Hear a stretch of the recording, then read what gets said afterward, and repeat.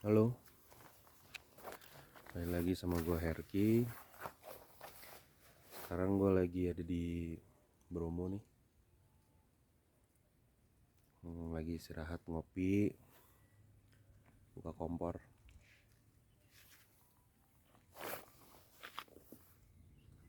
Ya, ini mumpung sambil istirahat, gue mau bikin video tentang si eskudo gue nih. Jadi awalnya gue tuh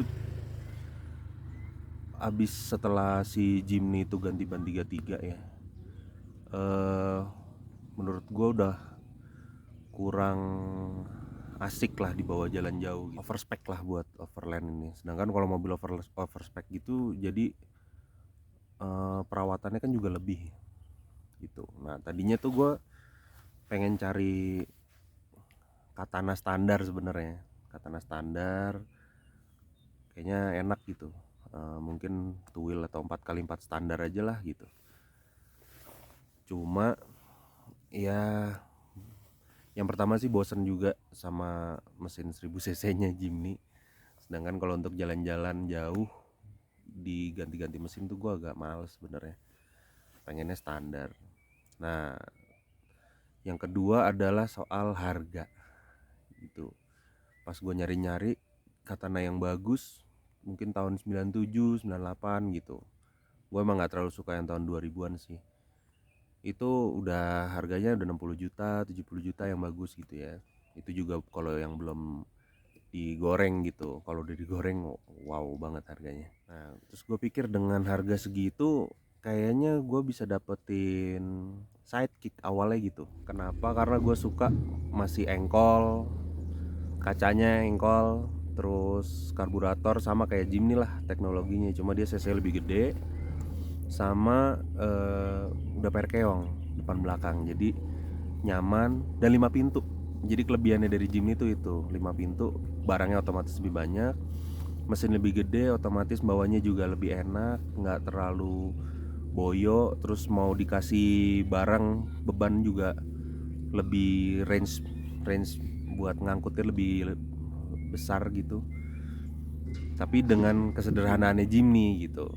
Nah akhirnya gue cari-carilah si sidekick gitu. Cuma harganya juga kayaknya lagi digoreng ya. Jadi gue ngerasa agak terlalu mahal sih gitu untuk ukuran mobil yang kayak gitu sederhananya. Lagian juga Gen 1 itu kan masih punya beberapa kekurangan yang gue agak kurang suka sebenarnya, dan berencana mau gue rubah kalaupun punya Gen 1. Itu salah satunya e-arm belakang tuh yang bikin mobilnya rasanya geol-geol tuh. Terus posisi nyetirnya kayak sebenarnya khas banget mobil 4 wheel drive gitu. Tapi kalau buat jalan-jalan jauh kan agak capek tuh, terlalu sigap lah gitu, kurang agak nyedan kalau gue bilangnya gitu. Nah akhirnya dengan budget yang gue punya, gue coba cari-cari Gen 2 nih gitu. Kebetulan dulu gue juga punya Gen 2 1600 ini, cuma dulu udah sempet dijual. Padahal waktu itu udah 4 wheel drive, malah Gen 2 gue itu. Kenangan gue sama mobil itu tuh enak gitu, mobil itu enak banget. AC-nya dingin, dashboardnya nggak berisik kayak yang Gen 1. Suspensi belakangnya udah pakai Panhard atau track bar. Itu lebih nggak geol-geol dibanding Gen 1. Dan udah injeksi gitu. Sebenarnya karburator sama injeksi itu agak plus minus lah ya gitu. Karburator mungkin kalau ada problem lebih gampang ngatasinnya gitu. Cuma dengan umur yang udah tua juga karburator itu sering bermasalah gitu. Jadi ya mungkin dengan injeksi ini bisa lebih enak gitu. Akhirnya udah gue mulai perburuan lah mencari Gen 2 ini gitu. Untuk yang bagus juga harganya oke, tinggi banget gitu. Cuma sebagai gambaran ya, yang 1600 itu gue pernah tahu ada yang paling bagus ngambil di angka 89 juta gitu. Itu kilometernya 40.000. Bagus memang mobilnya gitu.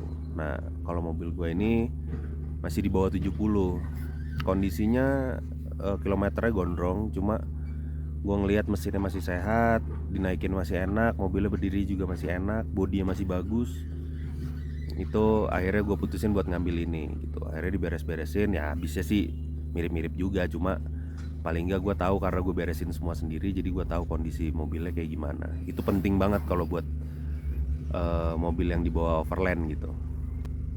Itu sih. Dan Gen 2 ini kan nggak favorit gitu ya sama orang karena mukanya blow on gitu. Jadi mungkin tantangan kedua gue adalah gimana caranya bikin mobil ini enak dipandang gitu, ya kan. Supaya enak dipandang itu ada beberapa ubahan yang gue lakuin sih gitu. Kalau standarnya emang gue lakuin sih blow on banget sih, apalagi yang 1600 nggak ada roof railnya gitu. Tapi kalau yang 2000 atau yang SL7 buat gue kayak terlalu gambot gitu. Mobilnya gendut-gendut banget modelnya, terus masih ditambah over fender lagi gitu. Gue agak kurang suka juga sebenarnya.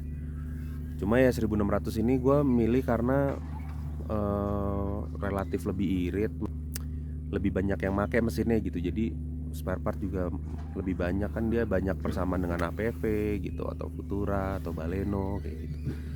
Jadi buat gue jalan-jalan tuh di kota-kota yang agak kecil gue nggak terlalu khawatir. Gitu sih sebenarnya untuk ubahan-ubahan apa aja yang udah gue lakuin di mobil ini. Kayak nanti kita lanjut videonya di destinasi gue berikutnya deh. Gue rencananya habis dari sini akan ke Malang dan Pacitan gitu. Oke, sampai nanti ya. Thank you.